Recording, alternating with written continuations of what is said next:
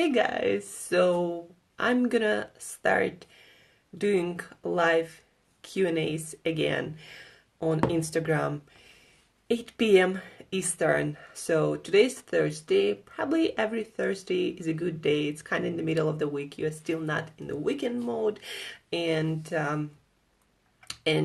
not in the middle of working week. So welcome. Today's Q&A dedicated to ketogenic diet, and in particular to book by Dr. Mercola and Dr.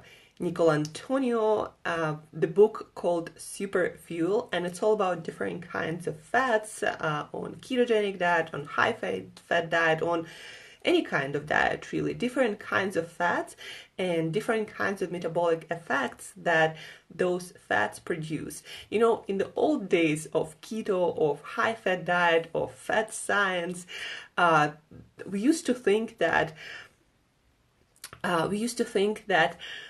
fats, as long as you're staying low carb, as long as you are eating fats, in a good way from whole foods, it doesn't really matter what kinds of fats you eat. You're gonna be healthy, and you're gonna lose as much weight as you want, and you're gonna perform your best, and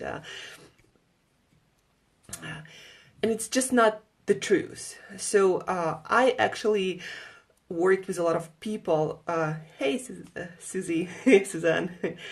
Haven't seen you for a while. Anyway, I actually worked with a lot of people who went ketogenic diet, who, did everything right by the book, who were eating all the fats and avoiding all the carbs at their best. About the challenge a little bit later. But they didn't see. Thank you. Thank you, guys. But people don't see the progress they want to see, or either their performance decline after a while, after they got over all the carbs, all the sugar, all the processed foods. First, the performance go up, and then they start to go down. And then people stop losing weight. They kind of stay flabby. Some people start gaining weight on keto diet, and they think that, or maybe I'm eating too many carbs, maybe my salad is the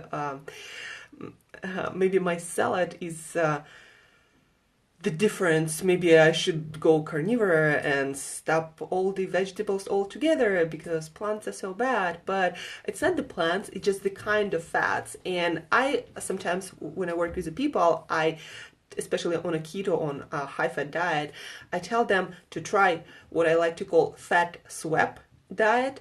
Instead of eating all the fats from butter or dairy or cheeses, basically a lot of saturated fats of animal origin.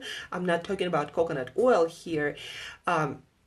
So instead of eating a lot of saturated fats, I tell people to eat more fatty fish with omega-3, long-chain omega-3 fatty acids, preferably from fatty fish itself, wild fatty fish like salmon, or smaller fish like sardines, like herring.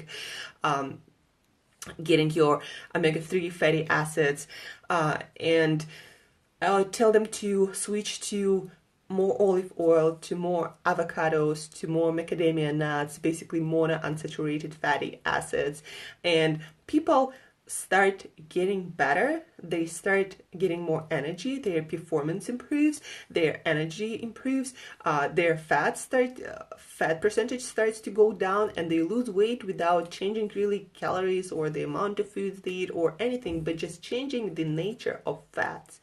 And that book, Superfuel, by Dr. Mercola and Dr. Nicola Antonio, they talk exactly about that thing, about the nature of different kinds of fats in our diet. And it's not the same, no matter how many fats or carbs you eat, to eat your fats from meat, especially meat that was conventionally raised, a lot of saturated fats, a lot of butter, a lot of dairy products. It's not the same as eating fatty fish with a lot of omega-3 fatty acids, especially wild fatty fish without all the contaminants. It's not the same as, eating butter as eating olive oil, good quality olive oil. And if you've been experiencing some negative effects on keto diet, just something just feels off, and maybe you are not losing the weight you want to lose, maybe you start gaining weight, maybe again your energy, your performance just not where you want them to be, and maybe they decline, and again it's nature of fats might be the reason. So again, more unsaturated, more olive oil, avocados, macadamia nuts, more fatty fish instead of butter, instead of even grass fat. But grass fat is not that bad, but still, even too much beef, too much chicken, too much pork, all of that may contribute to your weight not going down, or you're feeling worse, and maybe your blood lipids are, just through the roof and not in a good way necessarily. Your digestion might be off. So the nature of fats, and plus fiber and vegetables, and leafy greens, and vegetables like broccoli, like cauliflower, like all the non-starchy, and maybe sometimes even starchy vegetables a little bit. It's not, some people do better with medium carb diet, not low carb diet, completely like low carb, like on keto, or below 50 grams of carbs. So fats, it's more and more science comes out that the foods we're eating, even the nature of carbohydrates, of fats, of proteins, depending from what foods we are getting them, it changes what health we experience, how much energy we have, how easy for us it is to lose fat and feel better. So food, not just some, calories. Our body doesn't even count calories. It doesn't know what a calorie is. It's not some calorie burning machine. It's a complex organism, biochemical machine. Like if you're counting carbs, honestly, in cauliflower or Brussels sprouts or whatever that is, if you're counting your calories in non-starchy vegetables, then you have some problem with your diet and mindset, because those vegetables, even if you eat by the bucket, there is so much fiber and it's gonna delay the digestion so much that you're not gonna have any effect unless you, I don't know, blend your cauliflower and drink it in a nanosecond. So don't count carbs in your non-starchy vegetables like cauliflower, right? Broccoli, a lot of fiber, and that really matters. And that's, also like a lot of people in keto community count carbs and think it doesn't matter where those carbs come from. It's still kind of like bad. It's not true. If your carbs coming from vegetables with a lot of fiber, and if your carbs coming from some processed, even processed in a healthy way foods, completely different story. The body assimilates and digests different kinds of foods of different kinds of procession in a different way, and that affects your biochemistry, your glucose levels, your ketone levels, everything. So I've been eating a lot of salads, avocados, and my blood glucose, my ketones are always good, as long as I'm staying to those whole foods. I don't think anyone really made like this experiment how much fiber you can have in a day. I guess it depends on your digestive system, on your gut microbiome, and what you're trying to do, like how much fiber for what. Like, yeah, there is a lot of debate, but really, like, people who actually study well-formulated ketogenic diet, people who understand how it works, and how fiber works, they don't concentrate much on on carbs in vegetables like cauliflower or broccoli. Now, when it comes to carrots and beetroots, that's a little bit different story, because when you eat them raw, there is a lot of resistant starch that your body doesn't really digest, and it goes as fiber. When you cook them, there is a lot of starch freed up, and that's a different story. When you eat cooked carrots and cooked cooked beetroots, it basically goes as starch. So you, of course, would affect your blood sugar a lot. I believe minimum is like 25 grams recommended for like healthy person. But again, some people, like people on carnivore diet will say that no fiber is needed, and there is no actual research says that you need so much fiber or you're gonna die. You're not probably gonna die. They're like Eskimos, Inuits living in the north. I'm in the north. Like our ancestors didn't eat much fiber most of the year, but centenarians, people who live the longest, tend to eat the most fiber from whole foods. So, and it seems that fiber improves overall health for most people, because one of the reasons is fiber is like that broom that sweeps your whole gut and also takes all the possible toxins, contaminants with it. So I personally believe that fiber is so good for you, especially when you're eating a lot of proteins, a lot of animal products, products with potentially a lot of toxic substances. Fiber is that good for you because it takes out all the garbage with it, and if it doesn't, then it stays in your gut. So for example, if you're eating meat or eggs or whatever have you that is not of the best quality and might have some contaminants, then that stuff will stay in your gut for longer and will be absorbed more by your body. When you have fiber and you're eating your fiber with those animal products, then that's gonna go out through your system, and that's gonna take more garbage out, and less garbage gonna stay inside of your body. Soluble and non-soluble fiber. Well, ideally you need both. So for those 25 grams for healthy guidelines, I'm not sure what percentage of soluble or non-soluble fiber, but what they say is you need variety. So try to eat soluble and non-soluble fiber from different sources. So eat your, leafy greens for some insoluble fiber. Different vegetables might have even both kinds of fiber, soluble and non-soluble fiber. It also depends how you cook it. Sometimes when you cook it, you change the proportion of soluble and insoluble fiber. How many grams of fat you can consume in a keto diet depends on you, depends on what you're trying to do, depends on what kind of individual you are. Like I consume around 100 grams of fat usually on average. Some people, especially guys, I'm 50, well, what is it in pounds? I'm like 125 pound female. So what I'm eating on my keto diet, I'm pretty active, I work out every day too. The amount of fat I'm eating, and I'm also fat adapted. My digestive system is adapted to fat, so I don't feel like bad, sick when I eat even 100 grams of fat in one sitting.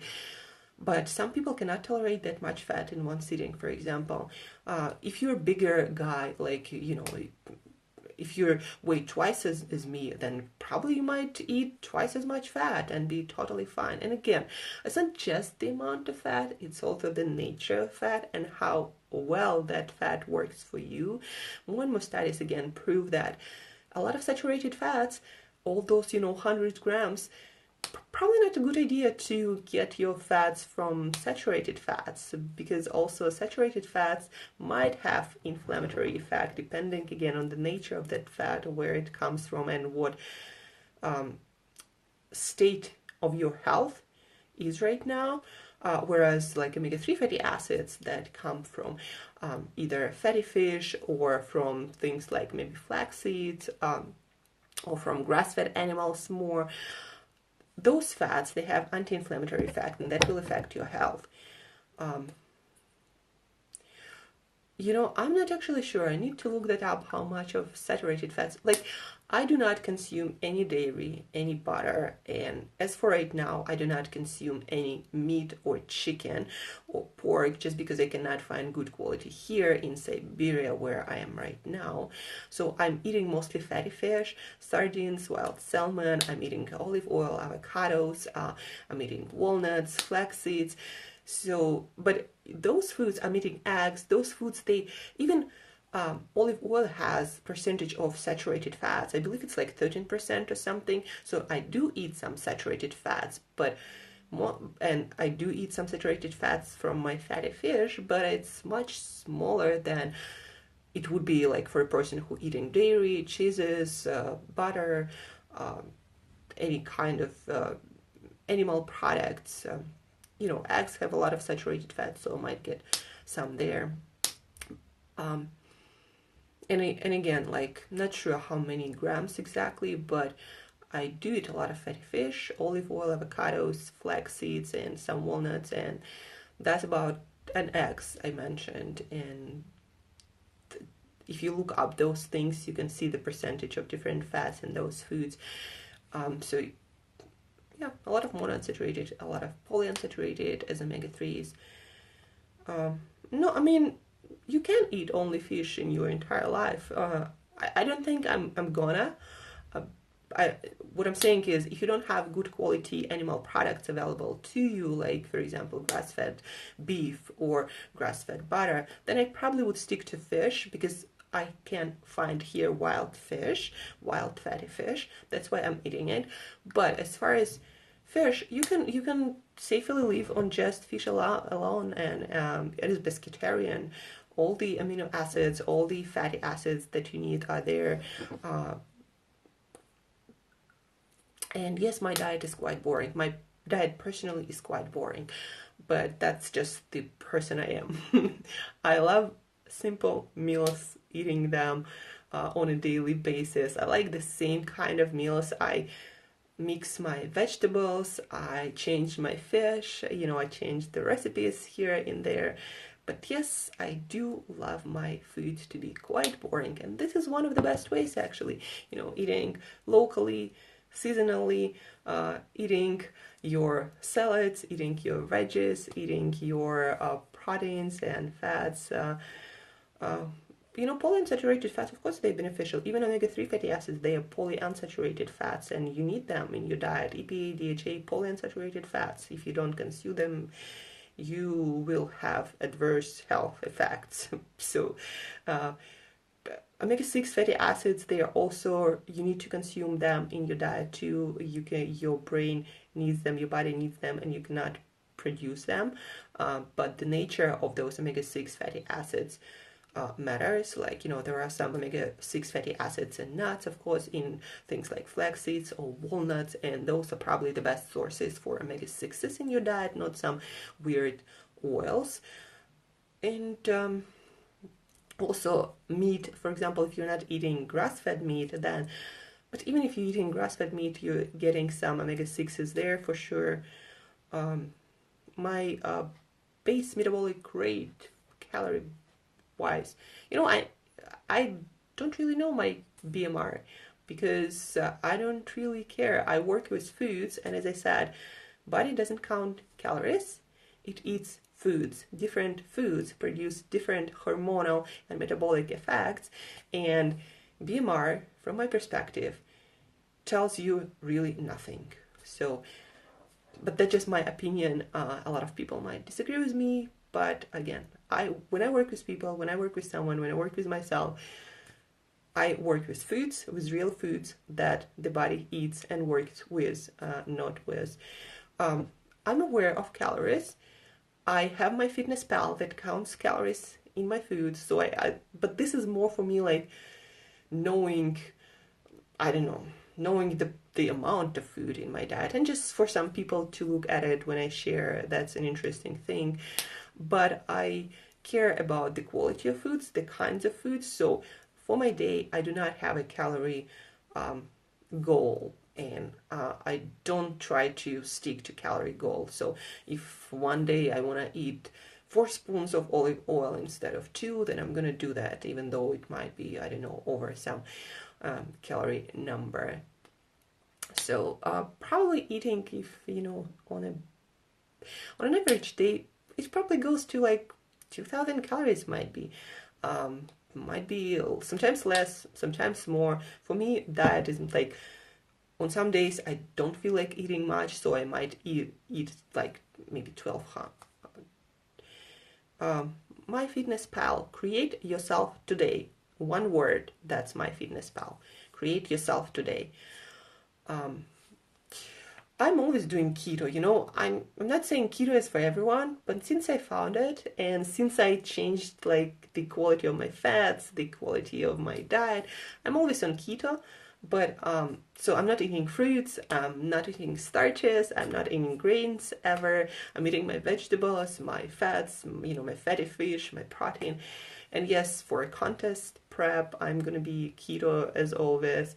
It's just when you try to make your body go to a certain fat percentage that is below healthy, you will need to cut down the amount of food for sure. But what I like to do is not to count calories, but to just have the same meals but cut the amount. So instead of having a pound of fatty fish a day, I might have half a pound for, you know, the last week to my contest, before my contest prep, to really make my body lose that last fat that is left there. Um, so yeah, I'm gonna be doing keto. I'm always doing keto. I've been doing keto for not all, really all for like 6 years now, and it's been also evolving with my knowledge of healthy diet, of keto diet. And it changes. And again, as I said, right now I'm eating a lot of fatty fish, olive oil, avocados.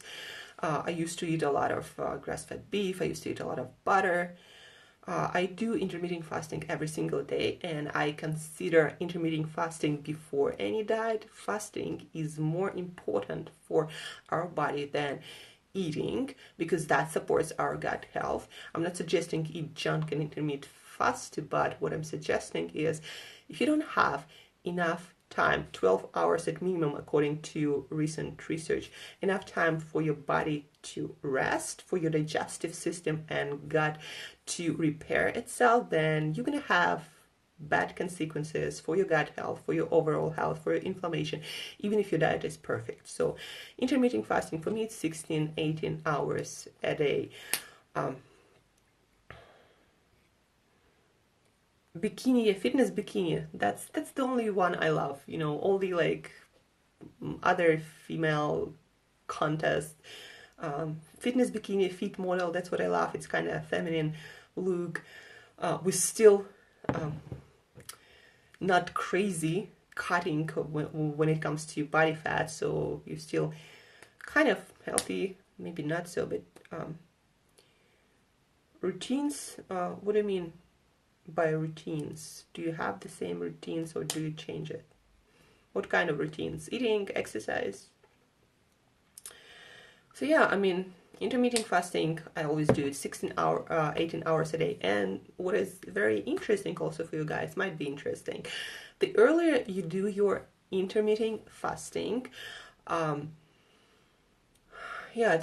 earlier in the day you do your intermittent fasting, the earlier you finish your eating. And there's also been studies on weight loss, and the earlier you finish your dinner, the easier it's gonna be for you to lose weight and lose fat, even when you eat the same exact amount of food.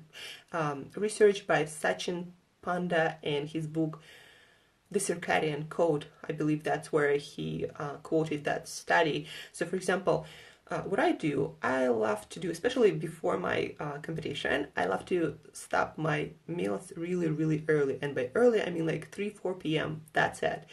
And I start eating somewhere around 9-10 a.m. right after my workout. So I have after workout like smaller meals, and then I have bigger lunch/dinner 3-4 p.m. And that really gonna keep you shredded, like, and that's gonna elevate your ketosis, you know, especially if you do the fasting workout. And yeah, so early intermittent fasting, if you want to take it to another level when it comes to fat loss and probably your gut health too. It's a lot of fasting, and your body has a lot of time to do the repair work, especially gut.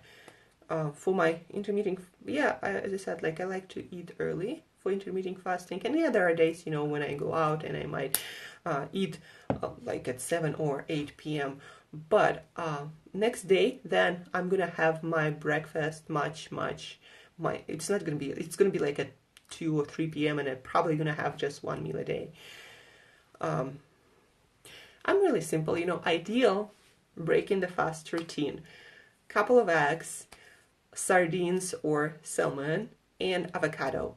That's like my ideal breakfast. You hit your fiber, you have your monounsaturated fats and polyunsaturated omega-3 fatty acids, and you get this like whole, nutrient table from eggs, and you're getting enough protein. And coffee I drink even before that. I drink coffee before my workout as a pre-workout, I guess. So when I wake up, I consume a liter of water, and probably in an hour, I will consume, not an hour, probably in a couple of hours after I wake up, I will consume black coffee. I like bulletproof coffee from time to time, but it is still, and it's really amazing for making your hunger go away, and it also helps with to boost your speed processing of your brain, and it's great for workout, but it's still calories, so 240 calories, it's still fat, right? So for example, if I'm doing contest prep, or if I'm trying to cut my fat like in my body, then probably I would not do bulletproof coffee.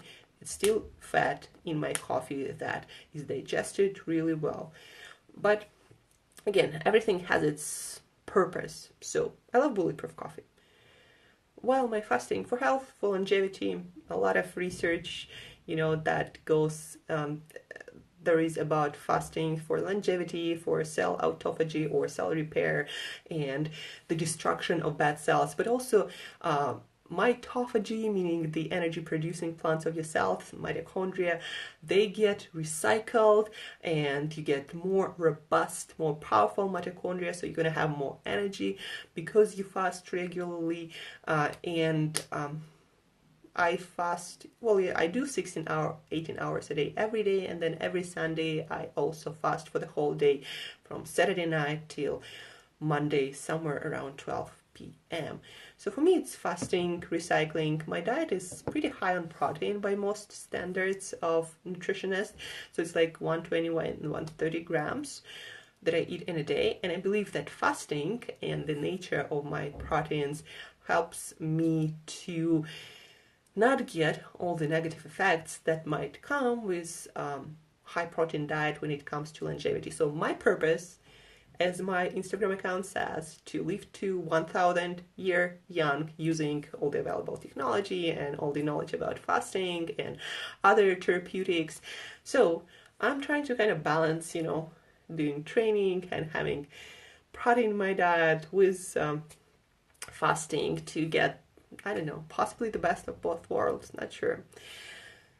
Discipline is one thing I have, that's for sure. I just sometimes apply it to the wrong thing, but it's very easy for me to stay focused. Like, for example, right now I'm working on my email course and my fat loss course, and it's easy for me to put the phone away, sit for 3 hours, and sit on my ass for 3 hours and just write what I need to write, finish it, and then go do other things. And the same is my diet. But one advice, as long as you make the decision, as long as you stay really focused on what you're doing and why you're doing, and don't think about anything else. Like, for example, when it comes to diet, I know every day what I'm eating, when I'm eating. And when I go to the store, I don't go looking at other stuff. I don't go looking at cookies or ice creams. I don't go thinking about what am I missing and what fun foods might I be eating. I think about my meals, my vegetables, my fish, and that's it. And then I concentrate on other things in my life, like training other people, working with other people, my courses, my goals. I'm going to move to Singapore in a month, and all of this stuff going on. And keeps my life interesting. And when I get bored, I read books, not eat. A lot of people eat of boredom, and that is not. I used to do the same thing. I would get bored or get stressed, and I would eat. But when I understood that, it was working against me, against my goals, against my productivity and my self-image and what I'm trying to teach people, I kind of had a talk with myself, and I asked myself why it's happening and that I should get alive and get busy working on my goals, not eating or doing behaviors that promote immediate self-gratification. And now I'm better at it, so I worked at it. But yeah, discipline, but also be smart and design your own environment and your relationships and people, so that it doesn't require a lot of willpower to stick with your things. Again, for example, in my fridge there is no ice cream, there is nothing that will make me think about foods that I don't want to be eating in the first place because of my goals. Not because I'm not allowed, you are allowed to do anything. So if you want to eat, cookies and ice creams all the time, go and eat them. It's not my place to say what you should be doing or you shouldn't be doing. But if you have a goal and that goal doesn't correlate with the choices that you make, then you gotta change those choices. And design your environment, your relationships, everything. So your mind is always focused on where you need to go, what you need to do, instead of the things that work against you and your goals. Where did you get the info about not eating diaries? Do you have any informed source about not using dairy? Oh, dairy. Dairy in keto. Superfuel book by Dr. Mercola and Dr. Nicola Antonio. You can, I believe it's still in my stories, the cover of that book. So read that book, and it's not that good quality dairy is bad for you. No, in moderation, it's especially, yogurt or kefir without sugar, grass fat, even better from sheep or goats. Probably good for your gut health, but it has saturated fats that I'm at the moment eliminating for my own purposes to cut the most weight. My body just reacts much better on a diet when it comes to fat loss without, not without, you cannot really eliminate all the saturated fats, but with limited amount of dairy and saturated fats. It's in my stories, so you can see it there. And I'm gonna probably show it. I'm gonna be doing video to reviewing this amazing book today. And I believe that it's an amazing book because it talks about the subject that is not often talked in keto community yet, about the nature of fats and different metabolic and hormonal effects that different kinds of fats coming from different foods have on our body. So I'll be doing the book review, very short, 5 minutes, just the essential stuff today, and I'm gonna share it on my Instagram TV, and you're gonna see it in my stories. And yeah, so stay tuned and check out my stories for the book cover. But it's called Superfuel by Dr. Mercola and Dr. Nicola Antonio. Long name. Anyway, thank you guys for joining. That was awesome. So next Thursday I'll be doing Q&A too. Maybe some on the weekends too. I'm not sure. I need to choose the right time so more of you will show up and I can bring more value. And anyway, check out the book. Stay tuned today for book review, Superfuel book review, and stay tuned for my announcements for live Q&As. And again, thank you guys for coming, for joining. You made it super cool. I love answering questions and sharing my experience and knowledge. I can do that all day long, every day, everywhere. Anyway, have an amazing morning or day or evening, depends. No popping, contest. I'm not there. I'm not in New York at the moment, and I'm probably gonna be getting back to US in summer. So I'm not sure what's going on with Poppin right now with the contents and everything, and what's going on with the company. I'm getting their emails, so I assume they're working and thriving. That is good. I love those guys. But yeah, I'm not sure about the contents. Susie, how are you doing? Send me a message on Facebook or something.